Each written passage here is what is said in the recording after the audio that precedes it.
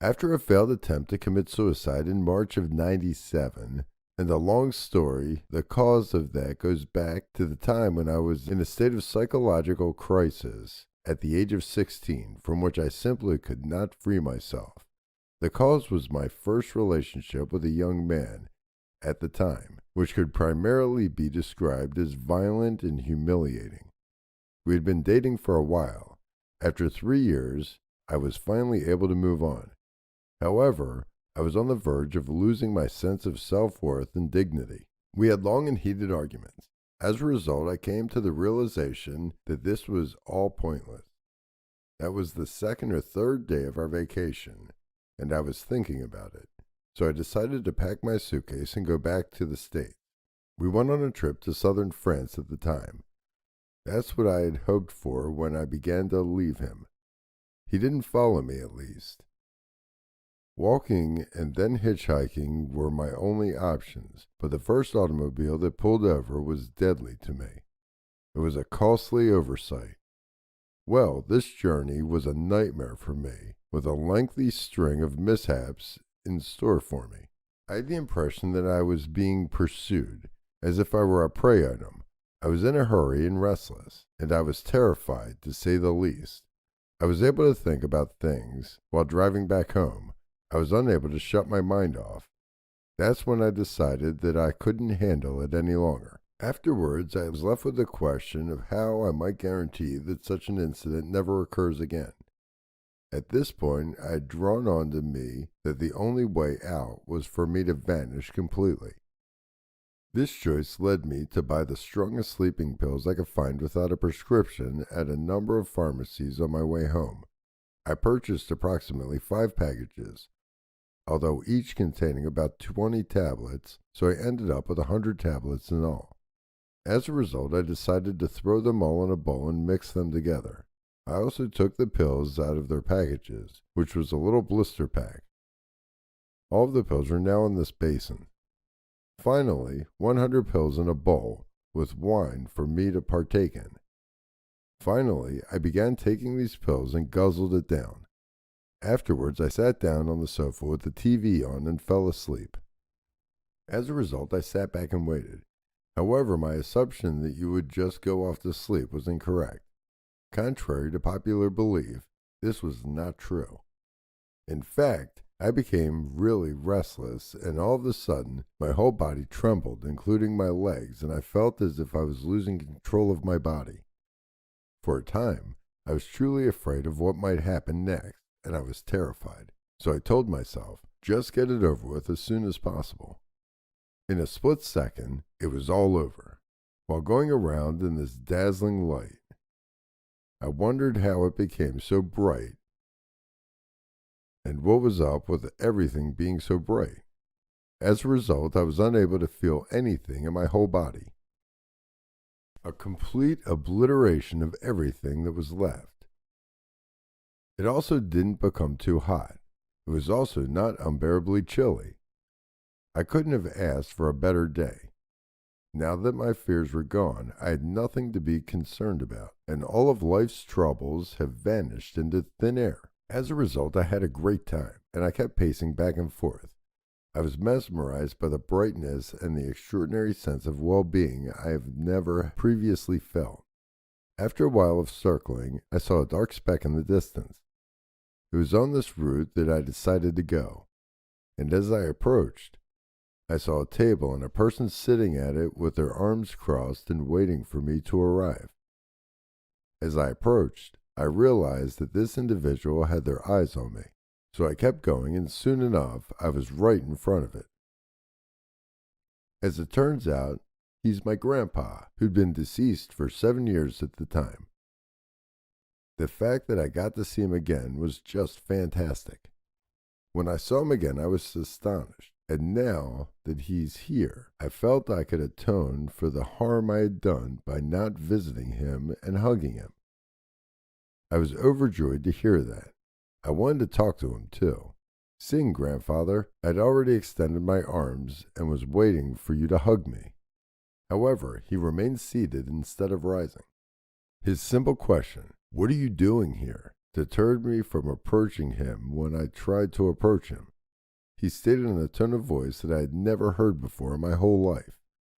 In order to express his fury and acrimony, he uttered it in a tone of rejection and reservedness.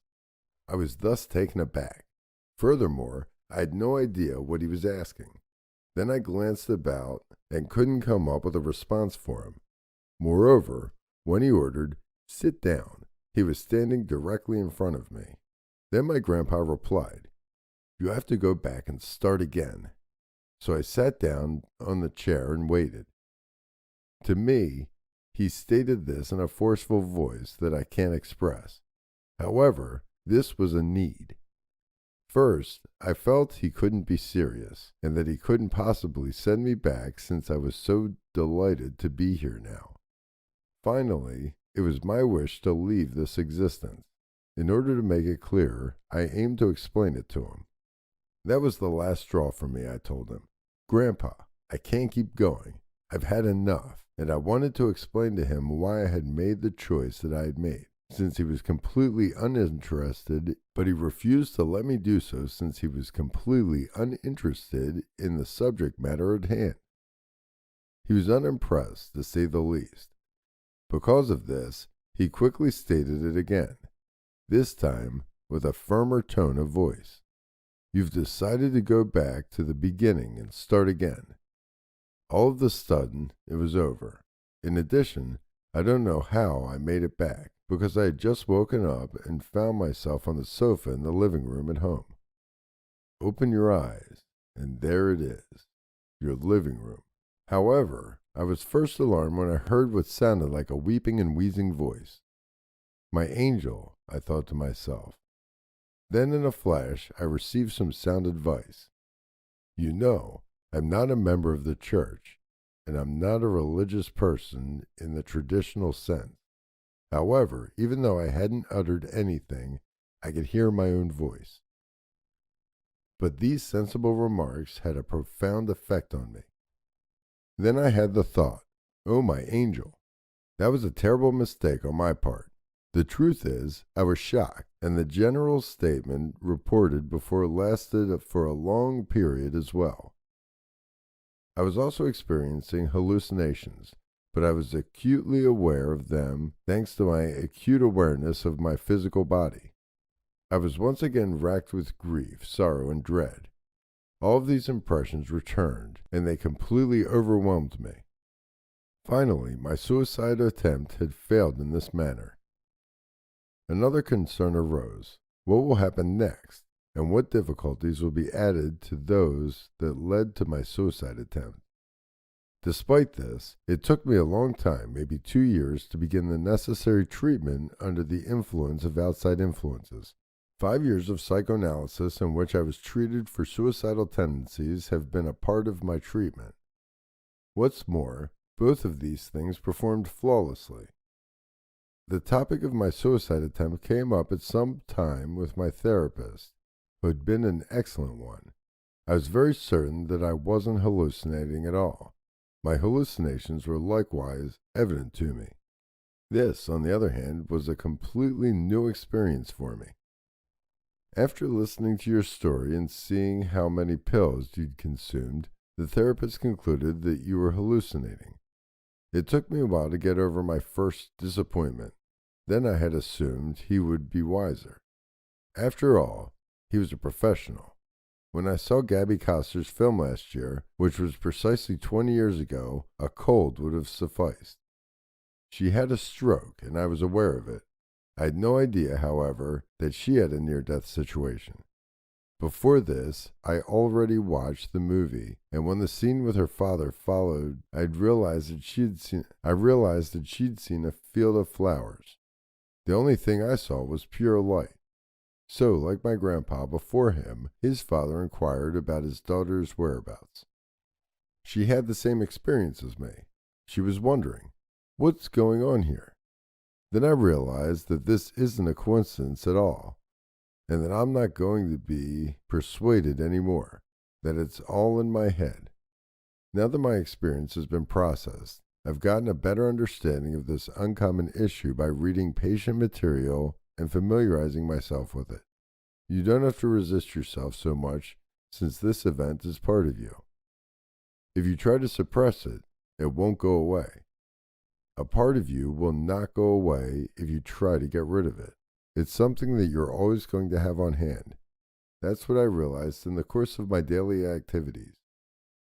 When I'm outside my grandfather's house, I frequently think of him, and when I do so, I'm pleased that he sent me back and didn't allow me to hug him. I'm a motorbike rider, and when I'm out on the open road, I get a great sense of happiness.